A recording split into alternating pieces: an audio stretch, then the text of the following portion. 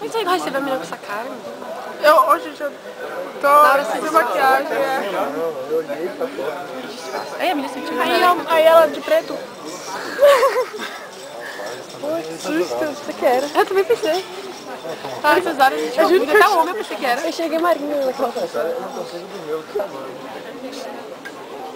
E tá no finalzinho, eu falei assim que não cheguei na Agora ela ali. Ela ganha ali. Aonde? Falei? Ali, ó. Ali? Aonde? Ali, ó. Um lenço no pescoço, um lençol que ela botou. A cara dela. Tá me... Encolheu. Tá menor mesmo. Ela já não era grande, agora encolheu. Cadê? Ela ali.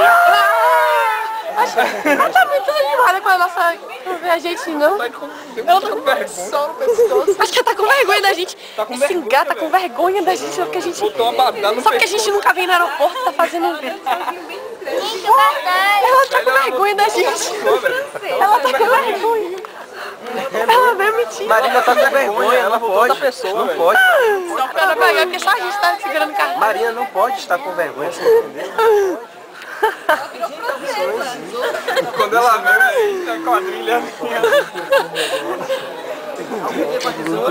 Eu não reconheci, a Tiara que reconheceu. Eu também não reconheci a própria mãe, não reconhece a filha. Vocês reconheceram? Eu não reconheci, não. Tá estranho. Eu achei que era mentira de novo. Esse sequestro. Eu acreditei mais nas outras vezes. Eu achei mais nas outras vezes que era ela do que dessa vez mesmo.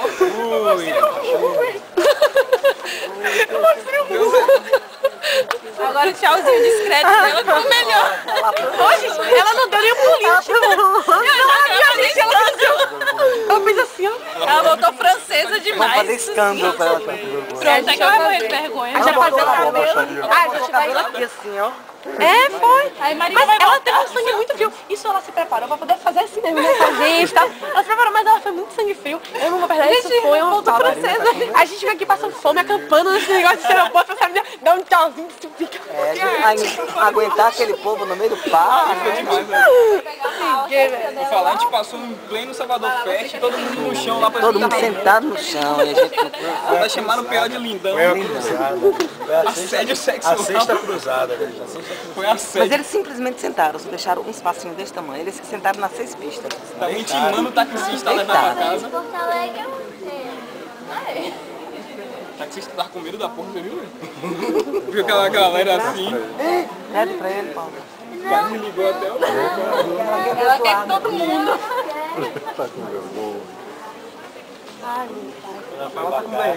E Bel tava aqui, ela...